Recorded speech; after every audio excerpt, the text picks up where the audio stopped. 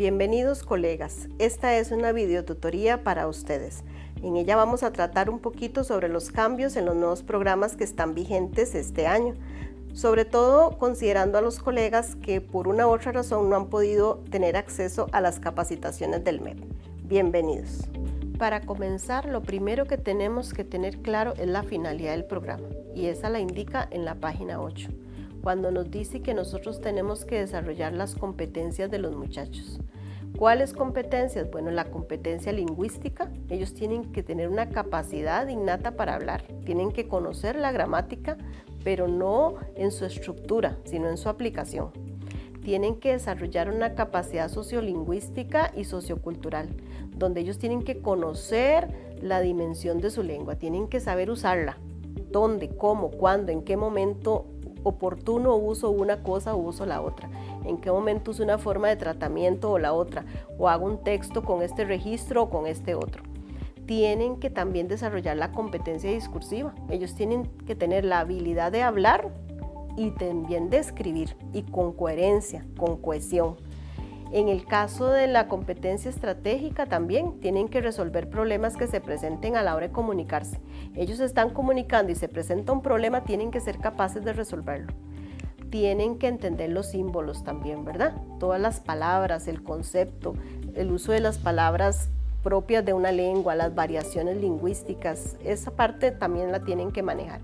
Y por supuesto, la competencia lectora. Ellos tienen que ser lectores, pero no solo es pasar la vista, no solo quedarnos en la fase inicial. Ellos tienen que entender el texto, tienen que inferir cosas de ahí, tienen que interpretar y sobre todo tienen que escribir y dar a conocer por escrito sus ideas. Es todo una competencia.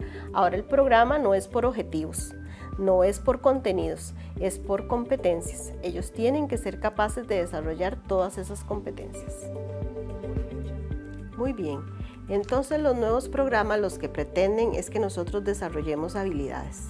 Y esas habilidades las vamos a desarrollar a través de las estrategias que nosotros pongamos, de las situaciones de aprendizaje que nos da el programa y de las estrategias que nosotros usemos en el aula. Esas estrategias de mediación que yo voy a poner en la tutoría o en el aula para poder cumplir esas situaciones de aprendizaje tienen que ir enfocadas hacia esas habilidades. Yo tengo que lograr que ellos desarrollen esas habilidades, ¿verdad? Entonces, ¿cómo lo vamos a hacer? Bueno, vamos a tomar en cuenta todo, vamos a hacer una educación más integral. Vamos a desarrollar esas habilidades lectoras, lingüísticas, porque el objetivo es que lo logremos todo integrar, ya no se ve por separado. Entonces, esa situación de aprendizaje tiene que hacer que todas esas competencias que tiene que desarrollar el estudiante estén presentes en la clase y en su desarrollo social, cultural, porque la idea es que aprendan a expresarse de manera escrita, de manera oral y con fluidez. Por ejemplo, supongamos que yo tengo una situación de aprendizaje y yo tengo que darles a ellos la carta, que está dentro de las situaciones de aprendizaje. Yo tengo que hacer una clase de manera que integren todas las competencias. ¿Cómo lo voy a hacer? Bueno, voy a ponerlos a leer cartas, literarias o no literarias. Ahí voy a desarrollar la competencia lectora. Después los voy a poner en grupos con situaciones particulares para que ellos redacten cartas. Entonces, por ejemplo, le digo a un grupito, bueno, ustedes tienen un problema en la municipalidad y necesitan pedirle al municipio que les arregle porque se les inunda la calle donde ustedes están. ¿Cómo hacen esa carta? Usted va de viaje y necesita pedirle al director de la institución que le dé un permiso para ausentarse una semana. Usted va a justificar un examen porque faltaron. Tienen que enviarle una carta al profesor. Y así los van a poner en diferentes situaciones a escribir. Ahí viene la competencia para que ellos hagan discurso, la competencia discursiva. Y luego ellos van a tener que pararse al frente a leer sus cartas y a explicar por qué usaron ese tipo de párrafo, cómo les sirvió esa carta, cómo la van a utilizar. Y ahí van a integrar la parte oral, la parte escrita, la parte lectora. Tienen que hacer una clase donde ellos integren todo, ¿verdad? Ese es el propósito del programa. Es complicado, es un reto, pero se puede lograr. Una vez que tenemos eso, entonces vamos a la expresión oral. Ellos tienen que desarrollar expresión oral. Entonces cada nivel nos presenta diferentes formas de expresión oral. En el caso de séptimo, ellos van a ver el diálogo y la entrevista. En el caso de octavo, ellos van a ver el panel y el discurso. En el caso de noveno, tienen que ver el debate y la poesía coral. En décimo, el simposio y la dramatización, y en undécimo tienen que ver el foro y la mesa redonda. Pero eso no significa que si yo vi el diálogo en séptimo, no lo puedo ver en octavo, porque ahora los programas son acumulativos. Lo que yo vi en séptimo, ellos lo tienen que dominar hasta que salgan. Lo que vi en octavo lo tienen que dominar. No es que porque lo vi en séptimo ya no lo voy a volver a ver. De hecho, todas las técnicas de expresión oral se deben ver a lo largo de los 5 años. Ellos cuando estén en quinto igual pueden hacer un debate, igual pueden hacer un discurso, porque ya lo vieron. No es que materia vista, materia olvidada. Ya eso pasó a la historia. En el caso de la expresión escrita, lo que los muchachos van a desarrollar es, en el caso de séptimo, tienen que hacer cartas, memorándum, ensayos. En este caso nos están pidiendo de 150 a 200 palabras y una monografía. La monografía es un trabajo de investigación que se hace a lo largo del año y que yo tengo que ir evaluando paulatinamente. Es un trabajo completo que incluye objetivos, justificación, bibliografía, desarrollo, objetivos generales, específicas, introducción, conclusión, recomendaciones, todo lo que lleva un trabajo de investigación, solamente que en pequeñito. ¿Qué es en pequeñito? Que por ejemplo, en el caso del objetivo, vamos a poner en séptimo solo un objetivo general y uno específico, y el desarrollo va a ser solo de una página, y ahí lo vamos a ir ampliando conforme vayan pasando los años. En octavo, van a redactar noticias, cuentos, ensayos un poquito más grandes y otra monografía. Aquí la monografía, ¿qué es lo que vamos a incluir? Que si en séptimo hicieron un objetivo específico, ahora van a hacer 2. Un objetivo general con 2 específicos. Que si en séptimo la extensión del desarrollo era solo de una paginita, ahora va a ser página y media o 2 páginas máximo, ¿verdad? Tampoco es que van a hacer una monografía enorme. En el caso de noveno, tienen que redactar un currículo. Tienen que usar una obra dramática, tienen que escribir el texto dramático y ojalá representarlo. Tienen que escribir ensayos y también una monografía. Vean que en todos los años va monografía. ¿Qué es lo que quiere el programa? Que cuando ellos vayan a la universidad sean capaces de hacer un trabajo de investigación con justificación, con introducción, con objetivos, con desarrollo, con bibliografía tipo APA, porque hay que aplicar el APA en todos los casos. En el caso de décimo, tienen que redactar novelas gráficas, poesías, ensayos y una monografía. Y en el caso de quinto, una novela corta, un ensayo y una monografía. Vean que la monografía es constante a lo largo del año. ¿Qué es lo que va a cambiar? La extensión y la complejidad de la monografía.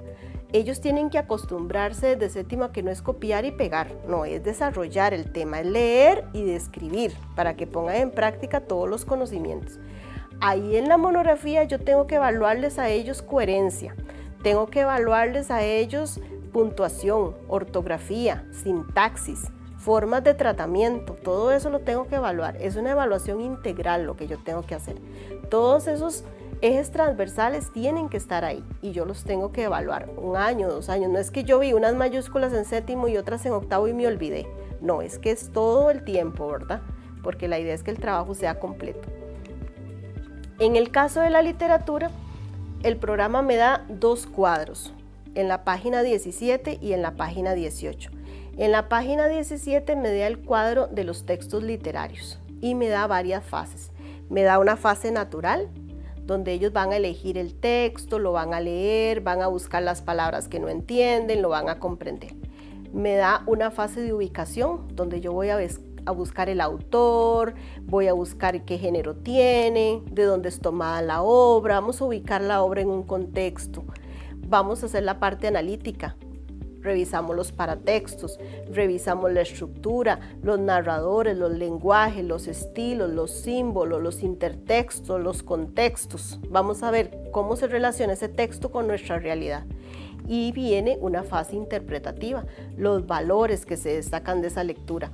Vamos a ver también los símbolos, cómo afecta eso al lector, cómo afecta eso, qué me quiere decir esa lectura. Yo no tengo que usar todas las fases en un texto. Podría ser que yo en un cuento solo llegue a la fase de ubicación. Podría ser que yo agarre el aspecto número 2 de cada fase y vea eso en una obra literaria. puede que vea 2 pasos, por ejemplo, el 2 de la fase de ubicación, el 3 de la fase analítica y el 4 de la fase interpretativa. Eso va a depender de cada docente. Cada docente es el que define lo que va a ver en cada obra literaria, pero a lo largo del año las tienen que ver todas. En el caso de los textos no literarios, también nos da un cuadrito en la página 18 y nos especifica qué cosas de los textos no literarios yo voy a ver. Si voy a ver el contexto, si voy a ver el lugar del texto dentro de la obra. Yo tengo que establecer, por eso el programa, cuando viene el criterio de evaluación, me dice que analiza un texto literario en sus fases natural, ubicación, analítica e interpretativa, porque el docente escoge qué aspectos va a evaluar, pero tiene que en algún momento verlos todos.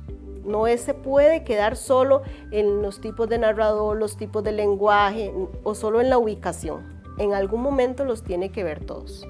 La idea es que sea integral, que ellos adquieran una competencia lectora, que sean capaces de leer y entender lo que leen y transformar el mundo con eso.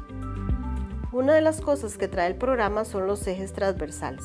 Viene una página donde vienen los cuadritos con todos los ejes transversales. No solo el criterio de evaluación del eje transversal, sino el símbolo. Ustedes a la hora de planeamiento pueden usar el criterio de evaluación escrito o pueden usar solo el símbolo. Por ejemplo, en el caso de la escucha, podrían poner escucha con atención a sus compañeros o escucha con respeto a las opiniones de los demás, o podría solo poner el símbolo, como ustedes gusten. Cada eje transversal tiene un símbolo. Tenemos el de la escucha, el de las formas de tratamiento, el de APA, el de registro formal e informal. Tenemos también los propios de ortografía, el de lenguaje inclusivo, el de acento, el de mayúscula, el de uso de consonantes y el de signos de puntuación. Son ejes transversales que se van a manejar a lo largo de todo el año y en todas las plantillas. La plantilla te da opciones de los que usted puede usar, pero no necesariamente los tiene que usar todos, ni tampoco necesariamente tiene que usar esos, podría usar otros. Aquí tenemos un ejemplo de plantilla. Vean cómo viene el eje temático, que siempre va a ser el mismo. El criterio de evaluación ya no vienen contenidos ni objetivos, sino que yo los tengo que inferir a partir del criterio de evaluación, y viene actividades. Ellos proponen en situaciones de aprendizaje proponen una actividad para que usted tenga una luz de cómo puede ver eso en la clase, pero no significa que uno tenga que sujetarse a esa actividad o hacer solo esa actividad. Puede hacer esa y otras, o puede hacer otras diferentes. Y si ustedes se fijan en la parte de abajo, van a encontrar los simbolitos que indican los ejes transversales que usted puede usar. Eso no significa que usted en ese tema que está planteado en esa plantilla va a usar todos. Podría ser que usted decida que en ese tema que usted va a dar solo va a usar mayúsculas, entonces solo coge el simbolito de la mayúscula, o solo va a usar signos de puntuación, o va a usar mayúscula y signos de puntuación. Eso lo define cada docente de acuerdo con la clase y de acuerdo con el tema que quiera plantear. Si ustedes se fijan en la plantilla, aparecen 2 y a veces hasta 3 criterios de evaluación. No necesariamente se tienen que ver juntos. Yo en una clase podría ver solo el primer criterio de evaluación, y en otra clase retomar la plantilla y usar el segundo criterio, o podría verlos juntos. Tampoco tiene que llevar un orden, no es que yo empiezo por la plantilla 1 y luego la 2 y luego la 3. Son 12 plantillas en séptimo que yo tengo que abarcarlas a lo largo del año. Puede ser que yo use la plantilla 1 y luego brinque a la 8 y luego vaya a la 11, depende de cómo yo haya organizado mi planeamiento y mi curso lectivo. Aquí tenemos, por ejemplo, otra plantilla. Vean el montón de ejes transversales que vienen para usar. De ahí yo escojo cuáles son oportunos a mi clase y a mi situación de aprendizaje que yo planteé. No significa que los tenga que ver todos. Lo que me está diciendo el programa es cuáles yo puedo usar, y de esos yo selecciono los que yo considere oportunos. Aquí también es importante en el criterio de evaluación la parte literaria. Vean cómo el primer criterio que aparece tiene que ver con literatura, y aquí yo quiero descartar que no especifica cuento, ni especifica poesía, ni especifica novela, no. Viene abierto el criterio, es decir, que es el mismo criterio para cualquier obra literaria que yo esté usando. Esta plantilla me va a servir si yo veo poesía, me va a servir si yo veo cuento, me va a servir si yo veo ensayo, porque el criterio es el mismo. ¿Qué es lo que va a cambiar o qué es lo que yo voy a definir? Lo que yo voy a ver en cada obra literaria. Eso va a cambiar de acuerdo a lo que yo quiera ver. Si yo quiero ver la fase analítica o quiero ver otro tipo de fases. Eso es lo que yo tengo que definir. Pero la plantilla es exactamente igual. Aquí tenemos, por ejemplo, otra plantilla de séptimo. Vean que la otra era la plantilla 7. Esta es la plantilla 8 y tiene el mismo criterio. El de literatura es el mismo. Solo que uno lo enlazamos con un tema y otro lo enlazamos con otro tema. Vean cuántos ejes transversales me da opción para yo escoger. Podría yo usar 2 o 3, podría usarlos todos. Eso depende de cada docente y de cada clase. Aquí es importante que quiero destacarles la gramática. Si ustedes se fijan en el programa, la gramática desapareció. Cualquiera dice, no hay gramática, porque en ninguna parte aparece mencionada la gramática. La gramática se infiere.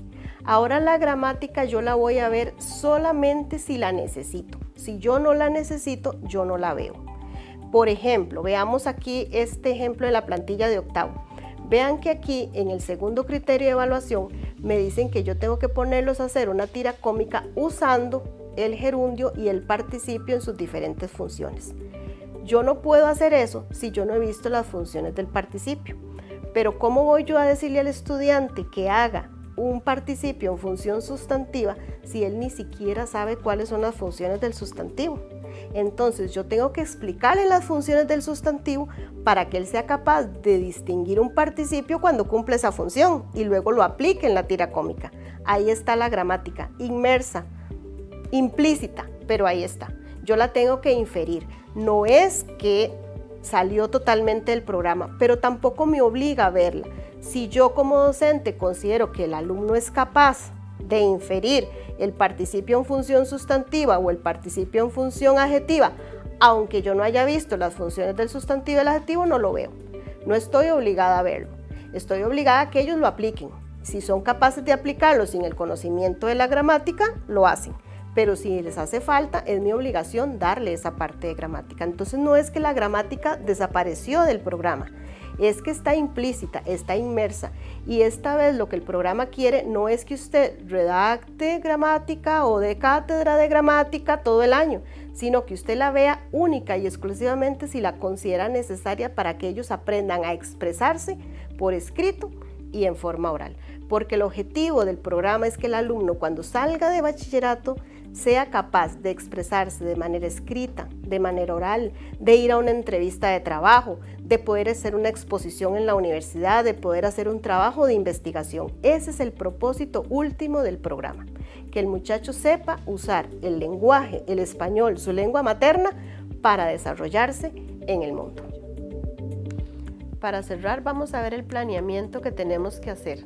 Ahora tenemos que planear por mes y en 3 columnas: los aprendizajes esperados, las estrategias de mediación y los indicadores.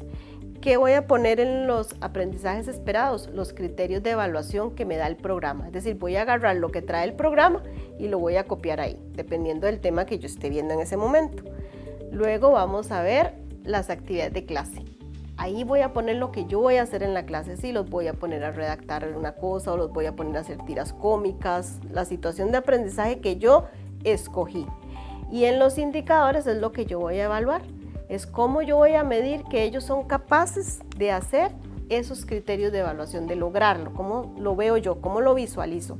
Recordemos el concepto de indicadores, tenemos toda una tutoría, una videoconferencia que nos dieron hace poco también, que la pueden buscar ustedes acá en la biblioteca para que vean cómo se hace el indicador.